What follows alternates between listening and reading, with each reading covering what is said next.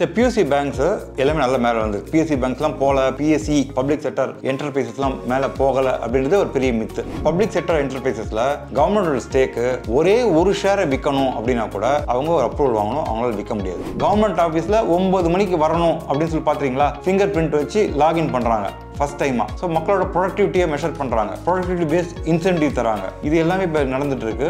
இந்த ஒரு காரணத்தால் டெஃபினட்டாக இந்த ஸ்டாக்ஸ் மேலே போயிட்டு இருக்கு, இன்னும் மேலே போகும். ஸோ நீங்கள் மியூச்சுவல் ஃபண்டுன்னு பார்க்கணும் அவசியம் இல்லை. ப்ராவிடென்ட் ஃபண்ட் பைசா வருது இல்லை, PSE ETF ஒன்று இருக்கு. That is given one of the best returns. Even private sector bank கொடுக்குற ரிட்டர்ன்ஸை விட இந்த PSE ETF has given best return over last 5 to 7 years. So இந்த பேக்ல P ரேஷியோ பாருங்க, ஃபேஸ் வேல்யூ பாருங்க, அவங்களோட ப்ராஃபிட்டபிலிட்டி பாருங்க, PS கம்பேரிசன் பாருங்க. இதுல பெட்டர் ஸ்டாக் பெட்டர் பிரைஸ்ல வந்துனா வாங்குங்க. கட்டுமானத்தின் வலிமை, கட்டிடங்களின் பாதுகாப்பு, ஸ்ரீ துர்கா TMT கம்பிகள். நியூஸ் கேஃபே நேயர்களுக்கு வணக்கம். பல வீடியோஸ்ல கமெண்ட்ஸ்ல பார்த்தேன், PSU ஸ்டாக்ஸ் இப்போ வாங்கலாமா, ஏன் ரொம்ப ட்ராகிங்காக இருக்குது, ஏன் மியூச்சுவல் ஃபண்டோட ஸ்டேக்லாம் அதில் இன்க்ரீஸ் ஆக மாட்டேங்குது, இது மாதிரி பல கேள்விகள் கேட்டிருந்தீங்க. இதுக்கு எப்படி ஆன்சர் பண்ணுறது, இது வாங்கலாமா கூடாதா அப்படின்ற பதிவு தான் இது. இந்த PSU பேங்க்ஸு எல்லாமே நல்ல மேலே வந்து PSU பேங்க்ஸ்லாம் போல, PSE பப்ளிக் செக்டர் என்டர்பிரைசஸ்லாம் மேலே போகலை அப்படின்றது ஒரு பெரிய மித்து. பல ஸ்டாக்ஸு 10 மடங்கு 20 மடங்கு 100 மடங்குலாம் மேலே வந்துடுச்சு. எஸ்பெஷலி டிஃபென்ஸ் ஸ்டாக்ஸ்லாம் மேலே வந்துடுச்சு. பேங்கிங் ஸ்டாக்ஸ்லாம் கூட ஆல்மோஸ்ட் 10 மடங்கு 15 மடங்கு வந்துருச்சு. ஸோ இது மேலே போகலை அப்படின்றதே மித்து. மியூச்சுவல் ஃபண்ட்ஸ் ஏன் இன்வெஸ்ட் பண்ண மாட்டேன்றாங்க அப்படின்னு சொல்லி இன்னொரு கேட்டிருந்தாங்க.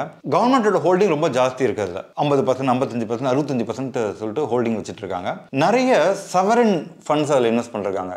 கனடா சவரன் ஃபண்டு, கட்டார் சவரன் ஃபண்டு, நார்வே பென்ஷன் ஃபண்டு, இது மாதிரி FI ஹோல்டிங் கூட அதில் ஜாஸ்தி இருக்குது. ஏன் இவங்கெல்லாம் இன்வெஸ்ட் பண்ணுறாங்க, ஏன் இந்த ஷேர்ஸ்லாம் மற்ற ஷேர்ஸ் மேலே போகிற மாதிரி மேலே போக மாட்டேங்குதுனாக்கா, இவங்களுக்கு டிவிடெண்ட் வந்தால் போதும். இந்த ஷேர் ப்ரைஸ் மேலே போகணும் அப்படின்ற அவசியம் கிடையாது. இப்போ நீங்கள் நான் இருக்கோம்னா வாங்குவோம் விற்போம். தாம்பரத்தே ஒரு தாம்பரம் டெவலப் ஆகணும், மறைமலை டெவலப் ஆகணும்னாக்கா ஒருத்தர் வாங்கிட்டு அப்படியே வச்சுட்டு இருந்தாச்சுங்க. ஒரு 10 வருஷத்துக்கு முன்னாடி 50,000க்கு ஒரு கிரவுண்ட் வாங்கிட்டாரு. வாங்கின 50,000 வாங்கின எல்லாரும் அப்படியே வச்சுட்டு இருந்தாங்கனாக்கா அது மேலே போகாது.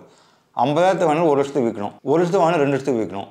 இதை மாதிரி ரொட்டேஷன் இருந்தால் தான் அந்த பிளாட் மேலே போகும். அதே மாதிரி ஷேர்ஸ்லையும் ஷேரை வாங்கணும் விற்கணும். வாங்காமல் ஒரு chunk government of India doesn't sell it stake. ஒரே ஒரு ஷேரை கூட அவங்களால கேபினெட் அப்ரூவல் இல்லாமல் விற்க முடியாது இல்லையா. ஸோ 51%, 60% அப்படியே இருக்கும். மற்ற கம்பெனிஸ்லாம் பார்த்தீங்கன்னாக்கா ப்ரொமோட்டர்ஸ் ஸ்டேக் 5% ஜாஸ்தி ஆகும், 10% கம்மியாகும், இதெல்லாம் இருக்கும் இல்லையா. பட் பப்ளிக் செக்டர் என்டர்பிரைசஸில் கவர்மெண்டோட ஸ்டேக்கு ஒரே ஒரு ஷேரை விற்கணும் அப்படின்னா கூட அவங்க ஒரு அப்ரூவல் வாங்கணும், அவங்களால விற்க முடியாது. ஃபாலோ பப்ளிக் ஆஃபரோ இல்லாட்டி ரைட்ஸோ இது மாதிரி கொடுத்து தான் அவங்களால விற்க முடியும்.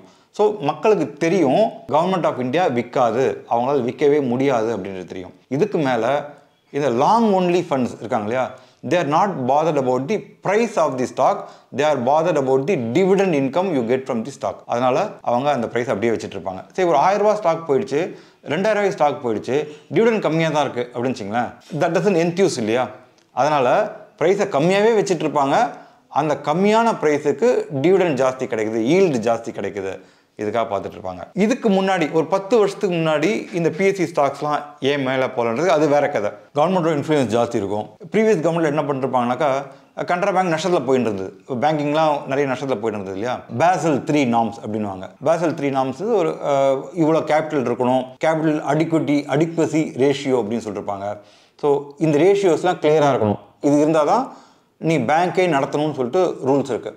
ஸோ இந்த கவர்மெண்ட்டுக்கு முன்னாடி இருக்கிற வரைக்கும் the banks where not following Basel III norms. நஷ்டத்தில் போயிட்டு இருந்தாங்க, நிறைய டெலிங்கன்சி இருந்தது. கிராஸ் NPA 30%, நெட் NPA 15%, இது மாதிரிலாம் இருந்தது. இதெல்லாம் ஷூர் ஷாட் ஃபெயிலியர் இருக்கு இல்லையா. ஸோ அதை மாதிரி இருந்தது. அந்த மாதிரி நஷ்டத்தில் போயிருக்கிற பேங்க்கை கூட கவர்மெண்ட்டுக்கு பைசா வேணும், பட்ஜெட்ரி ப்ரொவிஷன்ஸ் இல்லை செலவழிக்கிறதுக்கு அப்படின்னு சொல்லிட்டு நஷ்டத்தில் ஏற்கனவே ஒரு 40% கிராஸ் NPA இருக்குது, 15% நெட் NPA இருக்குது, நஷ்டத்தில் போயிட்டு இருக்கிற பேங்க்கு அவங்களுக்கு டிவிடெண்ட் கொடுக்க சொல்லிட்டாங்க. ஸோ என்ன ஆகும், அந்த 40% GNPA வில் பிகம் 60% இல்லை, கவர்மெண்ட் வேறு டிவிடெண்ட் வேறு கொடுத்தோம் அப்படின்னாக்கா. ஸோ இதை மாதிரி over a period systematically the public sector enterprises public sector banks was made to bleed. ஏன் சார் பிஎஸ்என்எல் வந்து நம்பர் 1 அவங்க தானே, அவங்க ஏன் சார் கவரணும்? இப்போ ஏர்டெல் ஆஃபீஸ் போய் பார்க்குறீங்க, சென்னையில் ஏர்டெலுக்கு ஒரே ஒரு ஆஃபீஸ் தான் வச்சிருக்காங்க. பிஎஸ்என்எல் 10 மடங்கு கனெக்ஷன் இல்லையா, 10 மடங்கு கனெக்ஷனு ஒரே ஒரு ஆஃபீஸ், உங்களுக்கு யாருன்னு கூட பார்க்க முடியாது. பிஎஸ்என்எல் ஆஃபீஸ் பார்த்தீங்கன்னாக்கா உங்களுக்கு ராதாகிருஷ்ணன் சாலை இந்த எண்டு மெரினா பீச்லேருந்து நுங்கம்பாக்கத்துக்கு அந்த முனைக்குள்ளே 10 பில்டிங் வச்சுருக்கான். ஒன்று 5 மாடி 10 மாடி பில்டிங்கு, ஸ்ப்ராலிங் பில்டிங். கிரீம்ஸ் ரோட்டில் போயிட்டு பிஎஸ்என்எல் ஆஃபீஸ் பார்த்தீங்கன்னு வச்சுங்களேன், ஒரு 60,000 ஸ்கொயர் ஃபுட். படி ஏறி போகிறது பார்த்தீங்கன்னாக்கா ஒரு 40 படி ஏறி போகணும். லாபி போய் பார்த்தீங்கன்னாக்கா தாஜ் கவர்மெண்ட் லாபி மாதிரி இருக்கும். 72,000 ஸ்டாஃபை ஒரே நாளில் எஸ்சிஆர்எஸ் ஸ்பெஷல் வாலண்டரி ரிட்டைர்மெண்ட் ஸ்கீம் அப்படின்னு சொல்லி வேலையை நிறுத்தி விட்டாங்க பிஎஸ்என்எல்ல. நீங்கள் ஒரு கம்பெனியில் ஒரே நாளில் 72,000 பேர் வேலையை விட்டு நின்னா அந்த கம்பெனி என்ன ஆகும்? வேலையே நடக்காது, அடுத்த நாள் கவுந்துரும் அப்படின்னு நினைப்பீங்க. 72,000 பேர் வேலையை விட்டு நின்னாங்க, அடுத்த நாள்லேருந்து பிஎஸ்என்எல் சர்வீஸ் சூப்பர் ஆயிடுச்சு. அப்படின்னா அந்த 72,000 பேர் என்ன பண்ணிட்டு இருந்தாங்க? ஸோ இதை மாதிரி ஓவர் எம்ப்ளாய்மெண்ட்டு, அண்டர் எம்ப்ளாய்டு, இவங்க எல்லாருக்கும் வந்து கெசட்டட் ஆஃபீஸர்னு ஒரு போஸ்ட் வேறு, இது மாதிரிலாம் கொடுத்து இந்த கம்பெனியை வளர விடாமலே பண்ணிட்டாங்க. இப்போ என்ன பண்ணிட்டாங்கனாக்கா நோ நியூ ரெக்ரூட்மெண்ட்ஸ். எஸ்பிஐ பார்த்தீங்கன்னா ஒரு அவங்களோட 17 சப்சிடியரிஸை அப்சர்வ் பண்ணிட்டான். மயிலாப்பூரில் பார்த்தீங்கன்னா ஸ்டேட் பேங்க் ஆஃப் ஹைதராபாத் இருக்கும், state bank of Bikaner and Jaipur இருக்கும், ஸ்டேட் பேங்க் ஆஃப் மொரிஷியஸ் இருக்கும். இது மாதிரி ஒரு 17 சப்சிடியரிஸ் ஆஃப் ஸ்டேட் பேங்க் மயிலாப்பூரில் மட்டும் இருந்தது. இப்போ 17 பேங்க்கையும் மெர்ஜ் பண்ணிட்டு ஒரே ஒரு எஸ்பிஐ இருக்குது. கனரா பேங்க், சிண்டிகேட் பேங்க், இவங்க 2 பேர் இருந்தாங்க. மயிலாப்பூரில் கனரா பேங்க் இருந்து, சிண்டிகேட் பேங்க் இருந்தது, 2த்தையும் ஒன்று பண்ணிட்டாங்க. ஸோ எஸ்பிஐக்கு 45,000 பிரான்ச் இருந்தது அப்படின்னாக்கா இந்த 45,000 பிரான்ச்ன்றது ஸ்ட்ரைட்டாக 20,000 பிரான்ச் ஆயிடுச்சு. ஸோ அவங்க எவ்வளோ சேவ் பண்ணுறாங்க? 25,000 பிரான்ச்சோட rent, EB bill, staff salary, overheads save பண்ணுறாங்க இல்லையா? ஸோ இந்த ஒரு விஷயத்தாலேயே இவங்க ப்ராஃபிட்டபிள் ஆகிட்டாங்க. ஸோ முன்னாடிக்கும் இப்போக்கும் சேஞ்ச். No new recruitment. டைமுக்கு கவர்மெண்ட் ஆஃபீஸில் 9 மணிக்கு வரணும் அப்படின்னு சொல்லி பார்த்துறீங்களா, ஃபிங்கர் பிரிண்ட் வச்சு லாகின் பண்ணுறாங்க ஃபஸ்ட் டைமாக. ஸோ மக்களோட ப்ரொடக்டிவிட்டியை மெஷர் பண்ணுறாங்க, ப்ரொடக்டிவிட்டி பேஸ்ட் இன்சென்டிவ் தராங்க. இது எல்லாமே இப்போ நடந்துகிட்ருக்கு. இந்த ஒரு காரணத்தால் டெஃபினட்டாக இந்த ஸ்டாக்ஸ் மேலே போயிட்டுருக்கு, இன்னும் மேலே போகும். இன்னொன்று, இதுக்கு முன்னாடி எல்ஐசின்றது ஒரு அற்புதமான கம்பெனி. இந்த private people use to decide LIC இந்த ப்ரீமியம் தான் வரணும். 1400 ரூபாய்க்கு வந்தாங்க. 1400 ரூபாய்க்கு வந்த எல்ஐசியை அந்த ப்ரீமியத்துக்கு வர விடாமல் 930 ரூபாய்க்கு வர வச்சாங்க. பீப்புள் டிசைட், கவர்மெண்ட் கம்பெனினா இந்த ப்ரைஸ் தான், இல்லாட்டி நான் சப்ஸ்கிரைப் பண்ண மாட்டோம் அப்படின்ற மாதிரி ப்ரெஷரைஸ் பண்ணி most of the government issues வந்து கம்மியான ரேட்டுக்கு தான் கொடுத்துட்ருக்காங்க இல்லையா? இப்போது என்ன பண்ணுறாங்கனாக்கா இந்த ப்ரைஸ் எல்லாம் மேலே போயிடுச்சு. கனரா பேங்க் 65 ரூபாலேருந்து 615 ரூபா போயிட்டு ஸ்பிளிட்டு கொடுத்து 100 ரூபாய்க்கு வந்துட்டு இப்போ கொஞ்சம் மேலே போயிட்டுருக்கான். எஸ்பிஐ 2,800 ரூபா இருந்து ஸ்பிளிட்டு கொடுத்து 280 ரூபாய்க்கு போயிட்டு திருப்பி மேலே போயிட்டு 140 கொண்டு 915 வந்துட்டான் இல்லையா? ஸோ இப்போது இவங்க புஷ் பண்ணுறாங்க, இந்த டைல்யூட் பண்ணுறாங்க ஸ்டேக்கை அப்படின்னாக்கா government can realise better price. இதுக்கு முன்னாடி டிஸ்கவுண்ட்டில் தான் கொடுத்தாகணும். பெரிய ஆட்கள் எஃப்ஐஐஸ், எஃப்டிஐ பண்ணுறாங்க இல்லையா, அவங்க என்ன ப்ரைஸ் டிக்டேட் பண்ணுறாங்களோ அந்த ப்ரைஸ் தான் டிக்டேட் பண்ணணும், நீங்கள் இஷ்யூ ப்ரைஸ் வரணும், அது மாதிரி இருந்தது. இப்போ அப்படி இல்லாமல் இந்த ப்ரைஸ்லாம் 10 மடங்கு ஜாஸ்தி பண்ணிவிட்டு ஃபாலோ பப்ளிக் ஆஃபர் வரும்போது இவங்க எல்லாரும் பெரிய ப்ரைஸில் ஃபாலோ பப்ளிக் ஆஃபர் கொடுப்பாங்க. அது வந்து கவர்மெண்ட்டுக்கு நல்லது. இந்த ஒரு காரணத்துக்காகவே நிறைய சிஸ்டமிக் சேஞ்ச் பண்ணி இந்த ப்ரைஸஸ் ஜாக்கப் பண்ணிட்டு இருக்காங்க. இந்த மியூச்சுவல் ஃபண்ட் ஏன் இன்வெஸ்ட் பண்ண மாட்டேங்குன்னு கேட்டிங்க, எக்ஸ்சேஞ்ச் ட்ரேடட் ஃபண்டுன்னே ஒன்று இருக்குது, பிஎஸ்சி எக்ஸ்சேஞ்ச் ட்ரேடட் ஃபண்டுன்னு. அதில் ப்ராவிடென்ட் ஃபண்ட் பைசாவை இன்வெஸ்ட் பண்ணுறாங்க, எல்ஐசி பைசா இன்வெஸ்ட் பண்ணுறாங்க. ஸோ நீங்கள் மியூச்சுவல் ஃபண்டுன்னு பார்க்கணும் அவசியம் இல்லை. ப்ராவிடென்ட் ஃபண்ட் பைசா வருது இல்லை, பிஎஸ்சி இடிஎஃப்னு ஒன்று இருக்குது. That has given one of the best returns.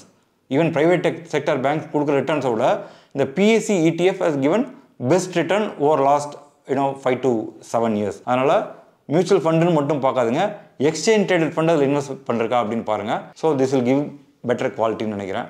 I think I added value about the PSU stocks, PSU banks. இதை வாங்கலாமா, ஹோல்ட் பண்ணலாமா, ரன் பண்ணலாமா அப்படின்ட்டு. டெஃபினட்டாக வாங்கலாம், கீழே இருந்தால் ஆவரேஜ் பண்ணலாம்.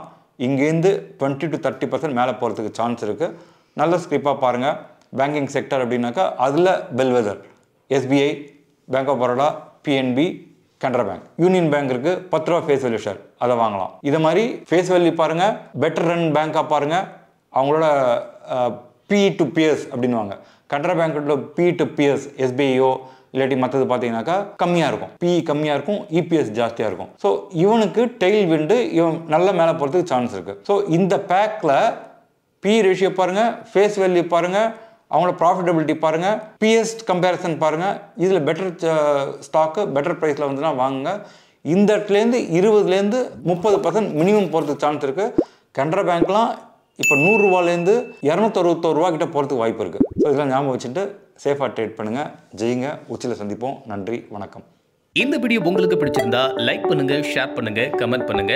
மறக்காம பெல் பட்டனை கிளிக் பண்ணிட்டு சப்ஸ்கிரைப் பண்ணிடுங்க.